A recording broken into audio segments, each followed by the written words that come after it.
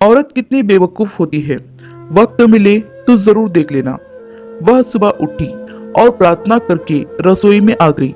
चाय के लिए चूल्हे पर पानी रखा, फिर बच्चों को जगाया ताकि वो स्कूल के लिए तैयार हो सके। रसोई में जाकर चाय बनाई और अपने सास ससुर को दे दी। फिर उसने अपने बच्चों के लिए नाश्ता बनाना शुरू किया। बच्चे जब तैयार हुए तो उन्होंने नाश्ता किया और उसने बच्चों का लंच बनाया। इसी बीच बच्चों की वैन आ गई। बच्चों को स्कूल भेजकर टेबल से बर्तन समेटे। इसी बीच पति ऑफिस के लिए तैयार होने गए तो उनकी जरूरी चीजें निकाल कर दे दी। जल्दी से किचन में आई और पति के लिए नाश्ता बनाने लगी। एक पराठा और अंडा अभी बना ही था कि छोटी ननद रसोई में आई। यह कहकर नाश्ता ले गई कि मुझे कॉलेज जाने में देर हो रही है।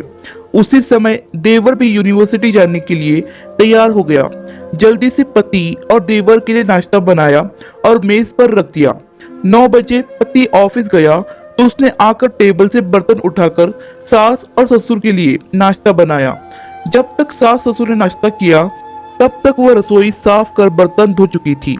सास ससुर के लिए नाश्ते के बर्तन समेट ही रही थी कि तभी सफाई वाली मासी आ गई तो उनके साथ मिलकर घर की साफ सफाई भी की। मासी को विदा किया तो 11 बज चुके थे। तभी घंटी बजी और उसकी विवाहित ननंद अपने 2 छोटे बच्चों के साथ आ गई। मेहमानों के लिए जल्दी जल्दी चाय और उसके साथ कुछ नाश्ता बनाया। उस समय 12 बज रहे थे। वह जल्दी से रसोई में खाना बनाने गई तो सास की आवाज आई, आज अपने ननंद के लिए कुछ अच्छा बनाना। उसने ननंद के लिए स्वादिष्ट खाना बनाया और जल्दी जल्दी रोटी बनाने लगी क्योंकि 1 बजे थे और उसके बच्चे आने वाले थे। बच्चे जब स्कूल से आए तो उन्होंने मुंह हाथ धोए, कपड़े बदले और उसने उन्हें खाना खिलाया। तभी कॉलेज से छोटी ननंद भी आ गई और देवर भी वापस आ गया। उसने सबके लिए जल्दी जल्दी रोटी बनाई और सबको परोस कर खिलाया। जब सब खाकर उठे तो 3 बज चुके थे और उसे अचानक भूख लगी। उसने मेज पर हॉट पॉट में देखा और एक भी रोटी नहीं बची थी। वह सब बर्तन समेट कर रसोई में जा ही रही थी कि उतने में उसका पति घर में दाखिल हुआ। उसे देखकर पति ने कहा, मुझे बहुत भूख लगी है, जल्दी से खाना निकालो। वह झट से रसोई में गई और अपने पति के लिए रोटियां और कुछ सब्जी बनाने लगी। जब उसने अपने पति के लिए खाना बनाया तब 4 बज चुके थे। उसके पति ने उसे कहा, आओ तुम भी खा लो। उसने आश्चर्य से पति की ओर देखा क्योंकि उसने सुबह से कुछ नहीं खाया था।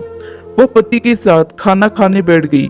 जब उसने अपने मुंह में रोटी का टुकड़ा रखा तो उसकी आंख से एक आंसू निकला। उसके पति ने पूछा, तुम रो रही हो, क्यों?